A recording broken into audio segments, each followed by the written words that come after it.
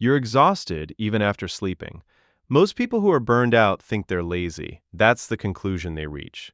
And because they believe it, they push harder and rest less and feel worse, which confirms the diagnosis. The loop runs until something breaks. Here's the thing. Laziness and burnout look identical from the outside. Both result in not doing things.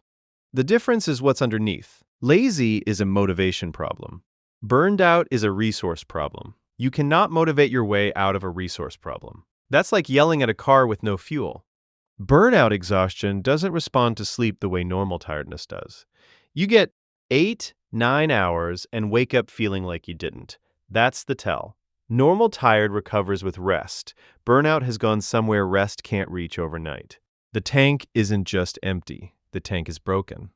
Small tasks feel weirdly overwhelming. You have a list of things that should take 20 minutes combined. You've looked at it 4 times. You haven't touched it, you can't fully explain why. That's your prefrontal cortex running low. It handles planning, decision-making, and task initiation.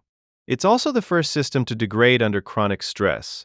When it goes, even simple tasks feel like they require resources that aren't there. Here's the messed up part.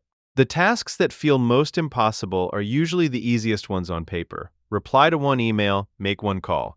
The gap between how simple they look and how impossible they feel is what makes burned out people think they're losing their minds.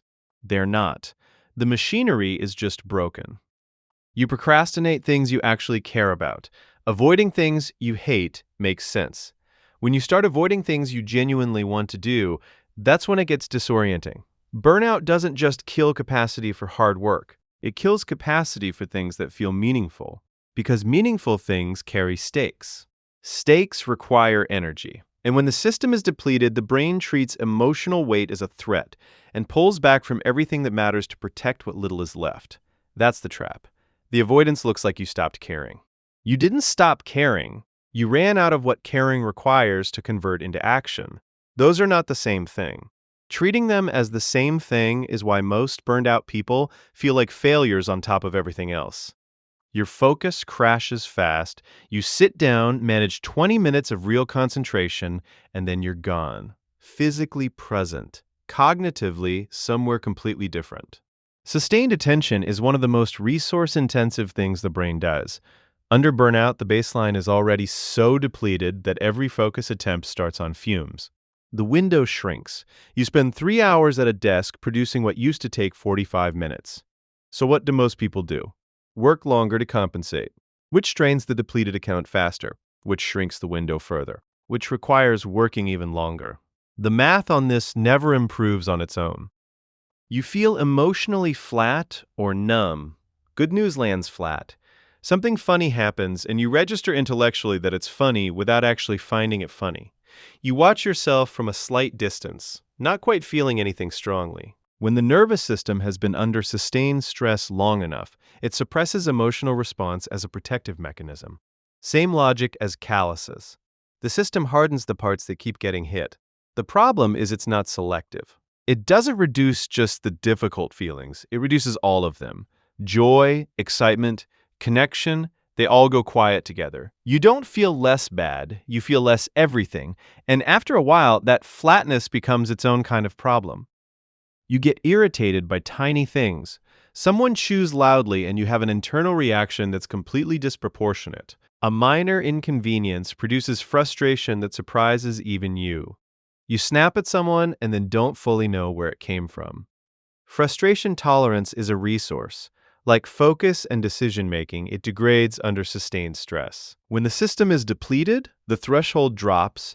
Things that rolled off you 6 months ago now produce a reaction because there's nothing left to absorb them with. Here's the uncomfortable part. The people who get the worst of it are almost always the ones closest to you. You've been managing your presentation all day for everyone else. By the time you're home, the capacity is gone.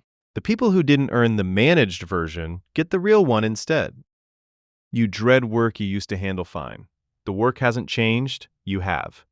Burnout dread is different from regular stress. Regular stress has a specific target. This dread is diffuse. It's waking up and feeling resistance to the entire day before a single thing has gone wrong. The weight of it before it's even started. Work you used to approach with something close to energy now feels like a wall before you've touched it. That shift is data. Your brain is generating a completely different response to the same stimulus. That's not a motivation problem. That's a system problem. And pushing through a system problem with more effort is how you make a system problem a system failure. You're constantly anxious about falling behind. You might not even be behind. Or you are behind, but only because the burnout made you less productive, which made you feel behind, which made the anxiety worse, which deepened the burnout. You're not chasing a real gap. You're chasing a gap that your nervous system keeps generating. Burnout anxiety doesn't have a target. It follows you into the weekend. It shows up when you're trying to rest. It's a persistent background hum of failing at something you can't quite identify. That's the trap. The brain is running a threat response to a threat it can't locate, so it stays on permanently, burning resources to protect against a danger that's coming from inside the system, not outside it. There's nothing to solve. The alarm is just stuck. You struggle to start, not just finish.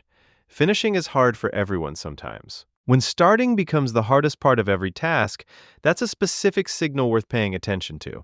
Task initiation requires a burst of activation from the prefrontal cortex.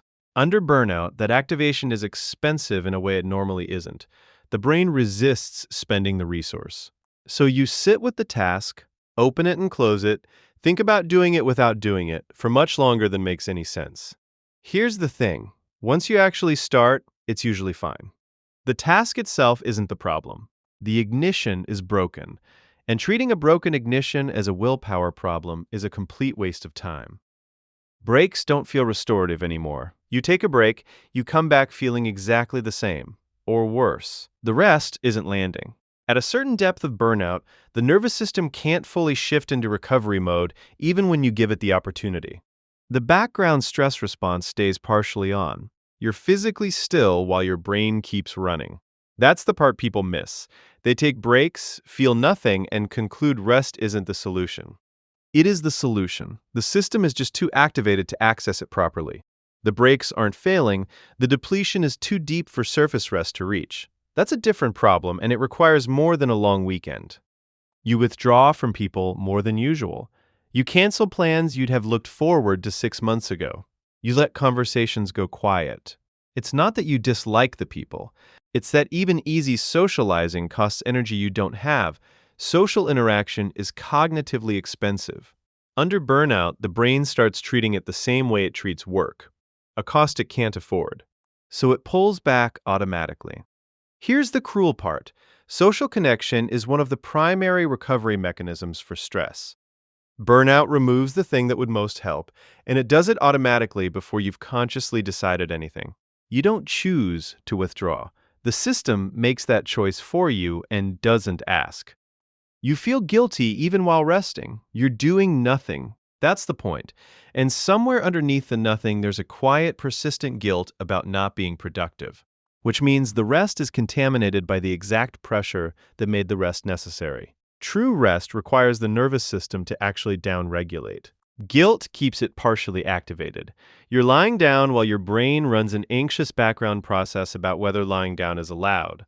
The rest doesn't count physiologically. You're not actually resting. You're performing rest while stressed about resting. Somewhere you learned that your worth is tied to your output. When the output stops, the equation runs backwards. Untangling that isn't optional recovery. It's the recovery. Your memory feels foggy. You forget things you'd normally retain. You read a paragraph and can't recall it 30 seconds later. You walk into a room and the reason evaporates. It feels new and vaguely alarming. Chronic stress elevates cortisol. Chronically elevated cortisol impairs the hippocampus. That's your memory consolidation center. The fog has a mechanism. Your memory isn't failing because something is wrong with you permanently. It's failing because your brain has been marinating in stress hormones long enough to knock that system below operational capacity. It reverses, but not while the stressor is still running at full intensity, which is why working harder through the fog is the one approach guaranteed to make the fog worse. You're doing less but feel more drained. Your output has dropped. You're doing less than before, and somehow you're more exhausted than when you were doing more. This one confuses people enough that they usually land on the wrong explanation. The reason is that burnout adds a constant invisible load the visible work doesn't account for: the background anxiety, the emotional suppression, the effort of initiating every task, the cognitive cost of feeling behind. That's all running continuously, whether you're working or not. You're not doing less total work. You're doing less visible work while the invisible load has gone up substantially. The gap between how little you appear to be doing and how wrecked you feel is exactly what makes burned out people conclude they must be lazy. That conclusion is wrong. And it's the conclusion that keeps them stuck. You keep saying, I just need to push harder, but get worse. This is the last one, and it's the most important. Burnout responds to effort the opposite way normal fatigue does. Normal tired, you push through, you finish, you recover. You're fine. Burned out, you push through, the performance temporarily holds, the depletion gets worse, the next attempt costs more, you push harder to compensate, and the deterioration accelerates. The harder you push, the faster it goes. Here's the thing. The instinct to push harder isn't wrong in most situations. It's just wrong in this one.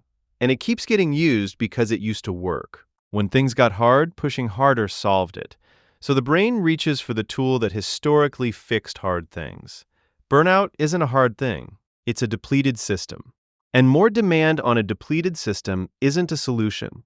It's how the depleted system becomes a broken one.